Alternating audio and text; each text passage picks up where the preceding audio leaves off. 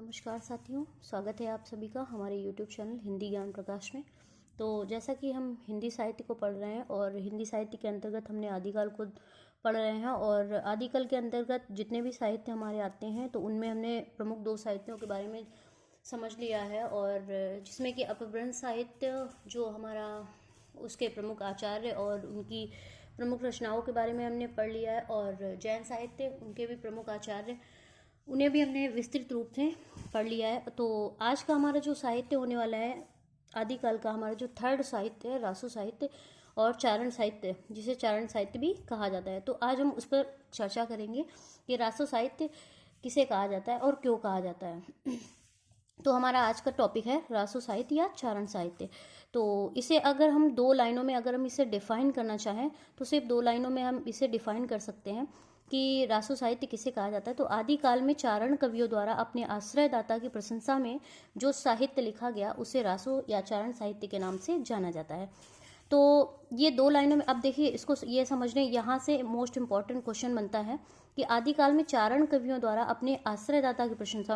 आश्रयदाता क्या होता है? तो देखिए, जैसे आश्रयदाता मतलब जो पहले के जो राजा हुआ करते थे, तो हर राजा के दरबार में एक कवि हुआ करता था। तो उनके जो दरबारी कवि हुआ करते थे तो वह अपनी ही राजाओं की प्रशंसा में जो रचना किया करते थे, आप कह सकते हैं जैसे कि जो दरबारी कवि हुआ करते थे तो वो अपने राजा की प्रशंसा, मतलब युद्धों का सजीव वर्णन, उनकी राजाओं की वीरता का वर्णन, और कह सकते हैं कि उसको बहुत बढ़ा चढ़ा कर किया करते थे। तो इस तरह का जो साहित्य हुआ करता था हमारा, वो हमारा हिंदी साहित्य का रासो साहित्य के नाम से जाना जाता है। तो इतना आपको क्लियर हो गया होगा कि आदिकाल में चारण कवियों द्वारा अपने आश्रयदाता की प्रशंसा में जो साहित्य लिखा गया उसे रासो या चारण साहित्य के नाम से जाना जाता है। तो ये दो लाइनों में हमारा डिफाइन हो गया। अब रासो साहित्य की उत्पत्ति, रासो शब्द की जो उत्पत्ति हुई है वो किस प्रकार से हुई है। तो इसमें जो है ये इस कथन में प्रमुख विद्वानों के अलग अलग मत रहे हैं। किसी विद्वान ने कुछ माना है और किसी विद्वान ने कुछ माना है। तो इसमें हम देखेंगे। तो सबसे पहले चलते हैं हम गाड़ सादा तासी जी के अनुसार। तो गाड़ सादा तासी जी ने रासो शब्द की उत्पत्ति किससे माना है? राजसूय यज्ञ से। गाड़ सादा तासी जी ने रासो शब्द की उत्पत्ति राजसूय यज्ञ से माना है। और आचार्य शुक्ल जी के अनुसार चलते हैं। तो आचार्य शुक्ल जी ने रासो शब्द की उत्पत्ति किससे माना है? तो इन्होंने रसायन मतलब रसायन, जिसको रसायन भी कहा जाता, तो रसायन शब्द से रासो शब्द की उत्पत्ति मानी। अब देखिए इन्होंने किस आधार पर रासो शब्द को रसायन शब्द की उत्पत्ति माना है, मतलब रसायन से रासो की उत्पत्ति माना है। तो जो बीसल देव रासो नामक एक पुराना हमारा जो ग्रंथ है हिंदी साहित्य में, आप उसे बहुत अच्छे से जानते होंगे। तो बीसल देव रासो नामक जो ग्रंथ होता था, तो उसमें जो है रसायन शब्द का प्रयोग बार बार किया गया है। तो उसी रसायन को लेकर के, उसी रसायन शब्द के आधार पे, बीसल देव रासो ग्रंथ के आधार पे आचार्य शुक्ल जी ने रासो शब्द की उत्पत्ति रसायन से मानी है। तो इतना क्लियर हो गया होगा। ये क्वेश्चन अपने आप में बहुत इंपॉर्टेंट है, तो आप लोग इसे मेंशन भी कर लें और साथ ही साथ हाईलाइट भी कर लें। तो इतना क्लियर है। उसके बाद नेक्स्ट हमारे जो श्यामल दास जी हैं और काशी प्रसाद जायसवाल जी हैं, तो इन्होंने रासो शब्द की उत्पत्ति किससे माना है? तो इन्होंने रहस्य से माना है। रहस्य से रासो शब्द की उत्पत्ति मानी है। और हमारे जो हजारी प्रसाद द्विवेदी जी हैं, डॉक्टर दशरथ ओझा हैं, चंद्रवली पांडे जी हैं, इन्होंने रासो शब्द की उत्पत्ति किससे माना है? रासक छंद से। अब ये मोस्ट इंपॉर्टेंट है, ये इंपॉर्टेंट नहीं, मोस्ट इंपॉर्टेंट क्वेश्चन है, बिकॉज क्योंकि ये जो मत रहा है ये सर्वमान्य मत रहा है। सर्वमान्य मत मतलब जिससे सभी लोग सहमत हुए हैं। रासो शब्द की उत्पत्ति जिससे सभी लोग सहमत हुए हैं। हजारी प्रसाद द्विवेदी, डॉक्टर दशरथ ओझा और चंद्रवली पांडे के अनुसार रासो शब्द की उत्पत्ति रासक छंद से हुई है। और रासक छंद से ये जो हमारा मत रहा है ये सर्वमान्य मत रहा है, सभी के अनुसार यही मत रहा है। तो क्वेश्चन यहाँ से एक नहीं कई क्वेश्चन बनते हैं। कई क्वेश्चन कैसे बनते हैं? अब देखिए, जैसे मान लीजिए आपसे डायरेक्ट क्वेश्चन पूछ दिया जाता है कि रासक छंद, रासो शब्द की उत्पत्ति कहाँ से हुई है, तो आप नाम किसी का नहीं दिया गया, किसी विद्वान का नाम मेंशन नहीं है, सिर्फ आपसे डायरेक्ट क्वेश्चन पूछ दिया जाता है रासो शब्द की उत्पत्ति किससे मानी जाती है, तो आप इस ऐसे में आप रासक छंद के साथ ही जाएंगे। और अगर यहाँ पे आपको तीन नाम मेंशन है, हजारी प्रसाद द्विवेदी, डॉक्टर दशरथ ओझा, चंद्रवली पांडे जी, और उसके साथ ही साथ आपको गाड़ सादा तासी जी का भी नाम ऐड कर दिया जाता है, तो क्वेश्चन ऐसे पूछा जाता है कि इनमें कौन से प्रमुख विद्वान ने रासो शब्द की उत्पत्ति रासक छंद से नहीं मानी है। तो ऐसे में आप जो है गारसादा तासी को नहीं बताएंगे, क्योंकि ये इन तीन विद्वानों के नाम आपको याद रखने ही होंगे।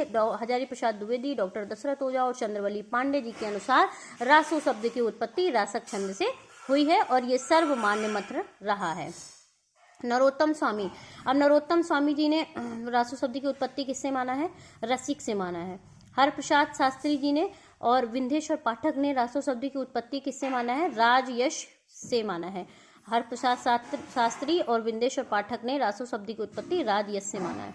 रामस्वरूप चतुर्वेदी ने रासो शब्द की उत्पत्ति रासव से माना है। अब देखिए यहाँ पे थोड़ा सा ही फर्क है। हजारी प्रसाद द्विवेदी, डॉक्टर दशरथ ओझा और चंद्रवली पांडे जी ने रासक छंद से माना है और रामस्वरूप चतुर्वेदी जी ने रासव से माना है। तो आप लोग इसे ध्यान रखेंगे कि रासक और रासव में अंतर है। रामस्वरूप चतुर्वेदी के अनुसार रासव शब्द से रासव शब्द की उत्पत्ति हुई है और हजारी प्रसाद द्विवेदी, डॉक्टर दशरथ ओझा, चंद्रवली पांडे के अनुसार रासक छंद से रासु की उत्पत्ति हुई है। तो डॉक्टर बच्चन सिंह और नंद दुलारे वाजपेयी के अनुसार रासु शब्द की उत्पत्ति किससे हुई है? तो डॉक्टर बच्चन सिंह और नंद दुलारे वाजपेयी के अनुसार रासु शब्द की जो उत्पत्ति हुई है वो रास से हुई है। तो इतना क्लियर हो गया होगा आप लोगों को। तो मोस्ट इंपॉर्टेंट अपने आप में जो क्वेश्चन बनता है वो आचार्य शुक्ल जी के अनुसार क्या माना जाता है? तो रसायन शब्द से रासों की उत्पत्ति हुई। और रसायन शब्द कैसे निकला? तो रसायन शब्द जो है बीसल देव रासो के ग्रंथ में बार बार रसायन शब्द आता है, जिसके आधार पर आचार्य रामचंद्र शुक्ल ने रासो शब्द की उत्पत्ति रसायन शब्द से मानी है। तो इतना क्लियर है। अब देखिए रासो साहित्य की प्रमुख विशेषताएं क्या होती थी। तो थोड़ा सा मैं इसको डिफाइन करना चाहूंगी कि मतलब जो रासो साहित्य की प्रमुख विशेषताएं होती थी, जैसा कि मैंने अभी ऊपर डिफाइन किया आपको 2 लाइनों में कि यह जो है चारण कवियों द्वारा अपने आश्रयदाता की प्रशंसा में जो साहित्य लिखा गया उसे रासो या चारण साहित्य के नाम से जाना जाता है। तो पहले के जो दरबारी कवि हुआ करते थे तो वो क्या करते थे? अपने राजाओं की प्रशंसा में, जैसे उनके युद्धों की वीरता का वर्णन करते थे, बहुत बढ़ा चढ़ाकर दिखाया करते थे। इस तरह का जो काव्य हमारा साहित्य रहा है वह हमारा रासो साहित्य के नाम से जाना जाता था। और इसमें क्या है, रासो साहित्य की प्रमुख विशेषताएं और क्या थी कि इसमें जो इसकी जो राष्ट्रीयता थी वो संकुचित राष्ट्रीयता थी। और इसमें किस भाषा का प्रयोग किया गया? डिंगल पिंगल शैली का प्रयोग किया गया। और इसमें इसमें छंदों की वैविध्य, मतलब छंदों की अधिकता थी। इसमें बहुत छंद, जो इस साहित्य में जो है छंदों का वैविध्य रहा है, मतलब छंदों की अधिकता रही। क्योंकि पृथ्वीराज रासो जैसे ग्रंथ की रचना इस साहित्य में हुई है। तो आप जानते हैं कि पृथ्वीराज रासो को जैसा कि छंदों का अजायब घर भी कहा जाता है और पृथ्वीराज रासो में 68 प्रकार के छंद आते हैं। तो इस प्रकार से आप जान सकते हैं, समझ सकते हैं कि छंदों की वैविध्यता रही है इस ग्रंथ में, तो साहित्य में। तो अब एक एक पॉइंट के साथ चलेंगे हम। यह मुख्यतः चारण कवियों द्वारा लिखा गया। तो इतना तो क्लियर है, मैंने ऊपर बता दिया है आपको। यह मुख्यतः चारण कवियों, चारण कवि कौन? जो चारण, रासो साहित्य को चारण साहित्य भी कहा जाता है। और चारण कवियों के द्वारा जो लिखा गया साहित्य है हमारा वो रासो साहित्य कहा जाता है। और आश्रयदाताओं की अतिशयोक्तिपूर्ण प्रशंसा। अब देखिए अतिशयोक्तिपूर्ण क्या होता है? जो चीज मैंने अभी आपको बताई है ऊपर, आश्रयदाताओं की अतिशयोक्ति मतलब चीजों को बढ़ा चढ़ा कर कहना। मान लीजिए राजा की वीरता का वर्णन जैसे कर रहे हैं तो उसको बहुत ज्यादा बढ़ा चढ़ा कर उन्होंने दिखाया हुआ अपने रचना में, अपने ग्रंथ में। इस साहित्य में जितनी भी रचनाएं, मतलब जो दरबारी कवि अपने राजाओं के बारे में जो भी रचनाएं करते थे, उनकी वीरता के बारे में जो भी रचनाएं करते थे, तो उसको बहुत बढ़ा चढ़ा कर उन्होंने दिखाया है। तो इस तरह से इसका साहित्य को हम, इसकी जो विशेषताएं रही इसमें कह सकते हैं कि आश्रयदाताओं की अतिशयोक्तिपूर्ण प्रशंसा की गई है। और युद्धों का सजीव वर्णन है। अब देखिए इसमें जो युद्धों का सजीव वर्णन, यहाँ से एक क्वेश्चन और बनता है कि साहित्य है क्या? तो साहित्य क्या है? तो साहित्य को हम एक लाइन में डिफाइन करना चाहें तो साहित्य समाज का दर्पण होता है। तो दर्पण मतलब जिस तरह से हम अपना प्रतिबिंब, दर्पण मतलब शीशा जिसको कहते हैं नॉर्मल वे में, तो दर्पण मतलब शीशा जिसको कहते हैं। तो जिस तरह से हम दर्पण में अपना प्रतिबिंब दिखाई देते हैं, अर्थात हमें हमारा खुद का प्रतिबिंब हमें दर्पण में दिखाई देता है, तो उसी तरह से साहित्य का दर्पण मतलब साहित्य जो है तो उसमें हमें समाज का दर्पण, साहित्य क्या होता है? साहित्य जो है समाज का दर्पण होता है। इसमें हम समाज के जो समाज में क्या क्रियाकलाप होते रहे हैं तो उसको हम साहित्य के माध्यम से जानते हैं ना। अच्छा, वो जो एक टाइम होता है, मतलब जब जिस टाइम पे, उस टाइम पे क्या हो रहा था क्या नहीं हो रहा था, तो इन सबको जानने के लिए जब हम साहित्य को पढ़ेंगे समझेंगे तभी तो हम जान पाएंगे ना तुलसीदास जी कौन थे, कबीरदास जी कौन से थे। तो उसके लिए हमें साहित्य पढ़ने की आवश्यकता होगी, साहित्य की आवश्यकता होगी। तो साहित्य जो होता है वो हमारा वही होता है। तो जैसे इसमें मतलब ये दिया गया है युद्धों का सजीव वर्णन। तो कैसे उस टाइम पे युद्ध हुआ करते थे, पृथ्वीराज रासो और ये क्या कहते हैं मोहम्मद गौरी वगैरह थे, तो उस टाइम पे किस तरह से युद्ध होते थे, तो उसको पढ़ने के लिए, समझने के लिए हम उस टाइम थे तो नहीं ना, लेकिन उस टाइम का जो साहित्य लिखा हुआ है वो जब हम पढ़ते हैं तब हमें पता चलता है उस टाइम पे ये राजा हुआ करते थे, उनका ये युद्ध होता था, इस तरह से उनका युद्ध किससे हुआ। तो ये सब जानने के लिए जो युद्धों का सजीव वर्णन इस साहित्य में क्या किया गया है, युद्धों का सजीव वर्णन किया गया। तो आप समझ पाए होंगे इस लाइन का अर्थ क्या होता है, युद्धों का सजीव वर्णन। तो पूरा मैंने इसको एक्सप्लेन कर दिया है, तो आई होप कि आप लोग बहुत अच्छे से समझ पाए होंगे। और इसमें किस शैली का प्रयोग किया गया, डिंगल और पिंगल शैली का प्रयोग किया गया। अब देखिए डिंगल शैली क्या होती है और पिंगल शैली क्या होती है। तो जो हमारी डिंगल शैली होती है वो किन दो भाषाओं से मिलकर बनी है, अपभ्रंश और राजस्थानी को मिला करके हमारी डिंगल भाषा बनी है। और पिंगल शैली क्या है, तो अपभ्रंश और ब्रज भाषा मिलकर के पिंगल शैली बनी। अब देखिए अपभ्रंश और राजस्थानी मिलकर के डिंगल। अब डिंगल शैली है क्या, डिंगल शैली में क्या होता है, वीरताओं का वर्णन, जैसे वीर रस का प्रयोग अधिक होता है। वीर रस मतलब जिसका स्थायी भाव क्या होता है, वीर रस का उत्साह, जुजुत्सा। तो इस तरह से जो है, इस तरह का काव्य हुआ, इसमें जो है वीर रस की प्रधानता रही है, आप कह सकते हैं इस साहित्य में, और श्रृंगार रस की प्रधानता रही। अब देखिए श्रृंगार रस की प्रधानता, तो इसका तात्पर्य क्या हुआ कि श्रृंगार रस की प्रधानता इस साहित्य में क्यों रही है। तो उसका भी एक कारण था कि जैसे कि जो राजा हुआ करते थे, उनके जो दरबारी कवि, उस टाइम पे ना तो मोबाइल चलता था ना टीवी हुआ करती थी। आज व्यक्ति जो है मनोरंजन करने के लिए टीवी मोबाइल का उपयोग कर लेते हैं, पर उस टाइम इन सब चीज़ों की कोई भी वो नहीं थी। तो उस टाइम क्या होता था कि जो राजाओं के प्रमुख दरबारी कवि हुआ करते थे, तो वो उनको प्रसन्न करने के लिए, कह सकते हैं उनका मनोरंजन कराने के लिए श्रृंगार की रचनाएं लिखा करते थे और फिर अपने राजाओं के समक्ष उन्हें प्रस्तुत करते थे, जिससे राजाओं का मनोरंजन भी होता था। और जैसे कि अमीर खुसरो जैसे जो हमारे महान कवि हुए, उनकी जो पहेलियाँ देखिए आप, तो पहेलियों से मनोरंजन भी होता था और जो अपने आप में एक वो होता था, कह सकते हैं आप कि एक प्रश्न भी बन जाता था। तो इस तरह से जो पहले के जो दरबारी कवि हुआ करते थे, तो वो अपने राजाओं को प्रसन्न करने के लिए श्रृंगार की रचनाएं किया करते थे और फिर उन्हें अपने राजाओं के समक्ष प्रस्तुत करते थे। तो ये जो हमारा, इसलिए इसमें कहा गया कि वीर रस और श्रृंगार रस की अधिकता थी, इसमें श्रृंगार रस में प्रधान था। तो अधिक रचनाएं अर्ध प्रमाणिक। अब इसमें देखिए अर्ध प्रमाणिक क्या होता है, मतलब आधी प्रमाणिक। इसकी जो अधिकांश रचनाएं, अधिक से अधिक रचनाएं इसकी क्या मानी जाती है, अर्ध प्रमाणिक। कुछ रचनाएं कुछ लोगों ने प्रमाणिक मानी है, कुछ लोगों ने, कुछ विद्वानों के अनुसार कुछ रचनाएं अर्ध प्रमाणिक मानी जाती हैं। अब जैसे पृथ्वीराज रासो को ही ले लीजिए, तो आचार्य शुक्ल जी ने पृथ्वीराज रासो नामक जो ग्रंथ हुआ है उसको अर्ध प्रमाणिक माना था, है ना। तो इस तरह से अधिक रचनाएं इसकी अर्ध प्रमाणिक मानी जाती हैं। अब इसमें क्या है, और एक पॉइंट है संकुचित राष्ट्रीयता। अब देखिए संकुचित राष्ट्रीयता क्या होती है। संकुचित राष्ट्रीयता का मतलब ये होता है कि जैसे कि पहले के जो राजा हुआ करते थे, तो वो क्या करते थे, राज्य बटे हुए थे, किसी का राज्य किसी के पास है, जैसे मोहम्मद गौरी, तो उनका जो राज्य, तो मतलब जो भी राजा हुआ करते थे वो सिर्फ अपने ही राज्य, अपनी ही जनता की भलाई के बारे में सोचते थे और बगल वाला जाए भाड़ में, इससे इस तरह का जो वो होता था कि मतलब जो अपना ही राज्य है बस उसी के बारे में, संकुचित कह सकते हैं ना, कि राष्ट्रीयता जो थी उस टाइम संकुचित थी, सिर्फ अपने बारे में सोचा, अपने राज्य के बारे में सोचना, और अगल बगल ये नहीं था। आज जैसे भारत है, हम जिसको भारत कहते हैं, राज्य अलग अलग बटे हुए हैं, भारत है, लेकिन जो भारत के प्राइम मिनिस्टर माननीय नरेंद्र मोदी जी हैं, तो वो पूरे भारत का भला चाहते हैं। पर उस टाइम पे जो राज्य बटा हुआ था, तो जो जिस राज्य का कह सकते हैं राजा हुआ करता था, तो वो उसी की प्रजा की भलाई के बारे में सोचता था। तो इस तरह से संकुचित राष्ट्रीयता जो थी वो संकुचित थी।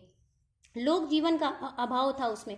उपेक्षा मतलब जैसे लोक जीवन का अभाव था, मतलब लोगों के जीवन में क्या था, उस टाइम पे युद्ध है, युद्ध हुआ करते थे, युद्धों की वीरता का वर्णन किया गया इसमें, और राजाओं का वर्णन, राजाओं की प्रशंसा, इस तरह का काव्य हुआ। जो लोगों के जीवन के बारे में इसमें कोई वो लोक जीवन जो जी रहे थे लोग, तो वो उस तरह का अभाव था, कमी थी, लोगों के जीवन में उपेक्षाओं की कह सकते हैं कमी थी।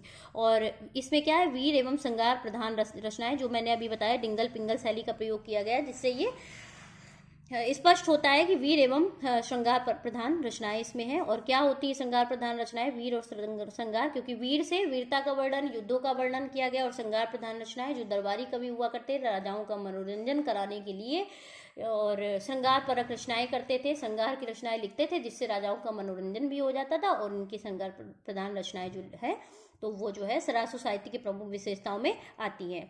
अब प्रबंधात्मक काव्य, इसमें क्या है, प्रबंधात्मक काव्यों की भी रचना हुई है। छंदों का वैविध्य। अब जैसे मैंने अभी बताया, इसमें छंदों की अधिकता थी, क्योंकि इसमें छंदों का अधिक प्रयोग किया गया है।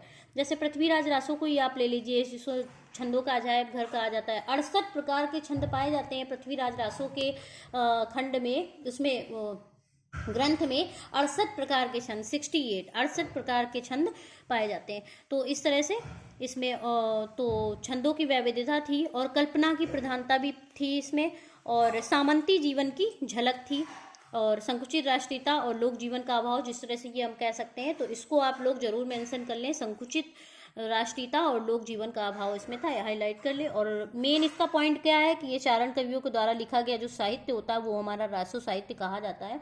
और आश्रयदाताओं की अतिशयोक्तिपूर्ण प्रशंसा, मतलब दरबारी कवियों ने अपने राजा की प्रशंसा को इतना बढ़ा चढ़ाकर इसमें दिखाया हुआ है।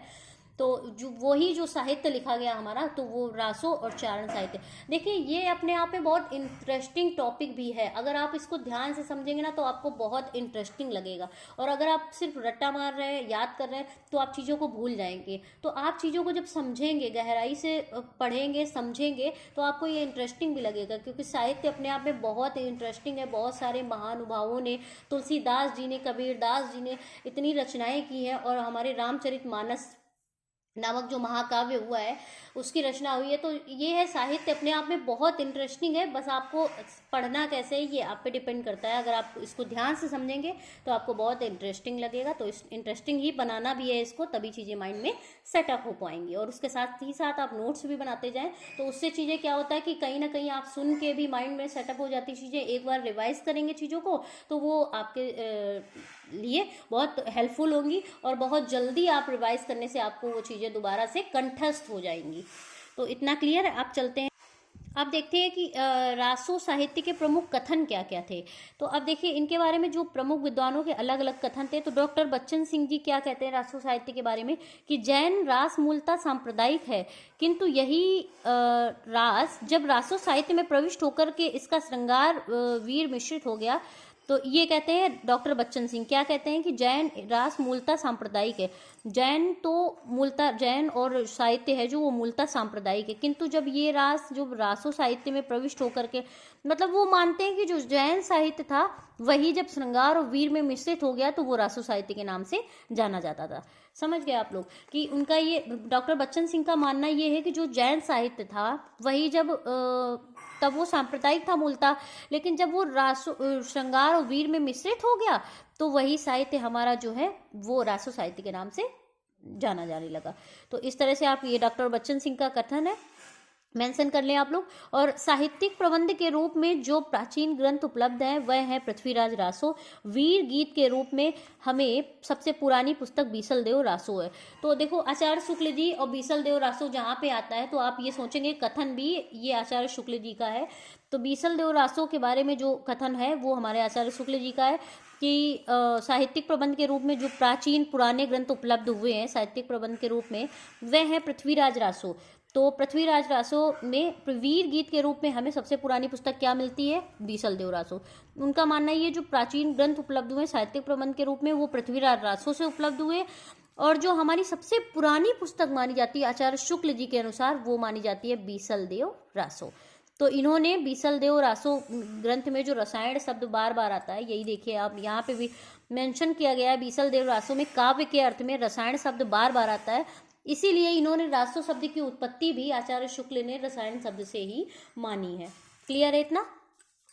अतः हमारी समझ में इसी रसायन शब्द से होते होते रासो हो गया। अच्छा, शुक्ल जी का मानना यही, देखो इन्होंने डिफाइन भी कर दिया यहाँ पे अपने इस कथन में कि अतः हमारी समझ में इसी रसायन शब्द से होते होते रासो हो गया। मतलब यही जो रसायन शब्द बीसल देव रासो ग्रंथ में जो बार बार रसायन शब्द आता है तो इसी रसायन शब्द से ही इन्होंने रासो की उत्पत्ति भी मानी है। और इनका ये मानना है कि रसायन शब्द होते होते यही शब्द जो है रासो के नाम से जाना जाने लगा, परिभाषित हो गया। तो इसीलिए ये रासो की उत्पत्ति किससे मानते हैं, रसायन शब्द से मानते हैं। अब नेक्स्ट हमारा कथन है जो हजारी प्रसाद द्विवेदी जी का है। जिस प्रकार विलास नाम देकर चरित्र काव्य लिखे गए, जिस प्रकार विलास नाम देकर चरित्र काव्य लिखे गए, रूपक नाम देकर चरित्र काव्य लिखे गए, प्रकाश नाम देकर चरित्र काव्य लिखे गए, उसी प्रकार रासो या रासक नाम देकर भी चरित्र काव्य लिखे गए। अब देखिए इनका कितना बढ़िया पॉइंट है ये। हजारी प्रसाद द्विवेदी जी का कथन है कि जिस प्रकार विलास का नाम देकर के चरित काव्य लिखे गए, रूपक का नाम और प्रकाश का नाम देकर के चरित काव्य लिखे गए, उसी प्रकार से रासो या रासक नाम देकर के भी चरित काव्य लिखे गए। तो ये हजारी प्रसाद द्विवेदी जी का कथन है। तो अब देखिए कि अब इतने ये तो प्रमुख विद्वानों के कथन थे, और क्या क्या कथन थे तो आप लोग समझ जाएंगे। दो कथन तो बहुत ईजी हैं, जहाँ बीसल देव का नाम आता है तो आप समझ जाइए ये आचार्य शुक्ल जी का कथन है। और बच्चन सिंह क्या कहना चाह रहे हैं कि जैन ये पहले जैन साहित्य था, और फिर जब इसमें वीर और श्रृंगार की रचनाएं मिश्रित हो गई तो ये फिर हमारा जो रासो साहित्य के नाम से जाना जाने। हजारी प्रसाद द्विवेदी जी का मुख्य कथन है, ये भी आप याद रखेंगे। जिस प्रकार विलास नाम देकर चरित का, बहुत इजी कथन है, बहुत डिफिकल्ट नहीं है। ऐसा नहीं कि आप लोग याद ना कर सके, भाई एक बार पढ़ लेंगे तो आपको चीजें कंठस्थ हो जाएंगी। तो इतना। अब देखिए रासो साहित्य की प्रमुख रचनाएं क्या थी, जो हमारी मेन मुख्य रचनाएं जिसको कह सकते हैं, तो वो हमने मेंशन करके रखी है, तो आप लोग उन्हें याद रखेंगे। तो प्रश्न यहीं से बनते हैं, जो हमारे मुख्य, हम इसमें वही पॉइंट लेकर के चल रहे हैं जो आपके परीक्षा से रिलेटिव हैं और जो अधिक पूछे जाते हैं। तो मेन पॉइंट फालतू का हमें नहीं पढ़ना है, तो हमें यही देखना है। तो रासो साहित्य की प्रमुख रचनाएं क्या हैं, तो सबसे पहले आता है हमारा खुमार रासो। तो खुमार रासो किसकी रचना है, दलपति विजय जी की। अभी हम आपको शॉर्टकट में ये बता दे रहे हैं, उसके बाद में फिर हम चीज़ों को एक एक चीज़ को डिटेल में देखेंगे, एक एक कवि को डिटेल में देखेंगे, एक एक रचना को भी डिटेल, जो हमारे उसमें परीक्षा से रिलेटिव मुख्य रचनाएं हैं हम उनको एक एक करके मुख्य रचनाओं को डिटेल में देखेंगे। तो अभी आपके लिए शॉर्ट में खुमार रासो क्या है, दलपति विजय जी के द्वारा लिखा गया ग्रंथ है। बीसल देव रासो, इसके रचनाकार कौन है, नरपति नाल जी हैं। परमाल रासो के रचनाकार जगनिक, और परमाल रासो कैसा काव्य, आला खंडे, इसमें आला उदल की का वर्णन किया गया है। और पृथ्वीराज रासो के रचनाकार कौन है, चंद बरदाई जी हैं। और देखिए पृथ्वी, यहाँ से दो प्रश्न और बनते हैं, पृथ्वीराज रासो चंद बरदाई से। आचार्य शुक्ल जी ने पृथ्वीराज रासो को हिंदी साहित्य का पहला महाकाव्य माना है। प्रथम महाकाव्य किसने माना है, ये माना है आचार्य शुक्ल जी ने पृथ्वीराज रासो को। और आचार्य शुक्ल जी ने पृथ्वीराज रासो को, ये चंद बरदाई को हिंदी साहित्य का प्रथम कवि माना है।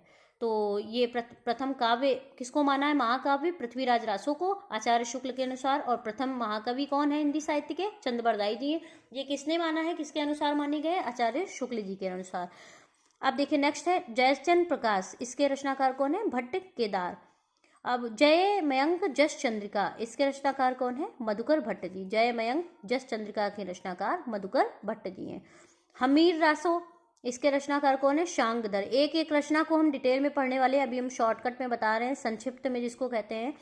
तो हमीर रासो के रचनाकार सांगदर जी हैं। विजयपाल रासो के रचनाकार नल सिंह जी हैं। और रणमल छंद के रचनाकार श्रीधर जी हैं। तो इतना हो गया आपका क्लियर। तो ये हमारा जो है रासो साहित्य।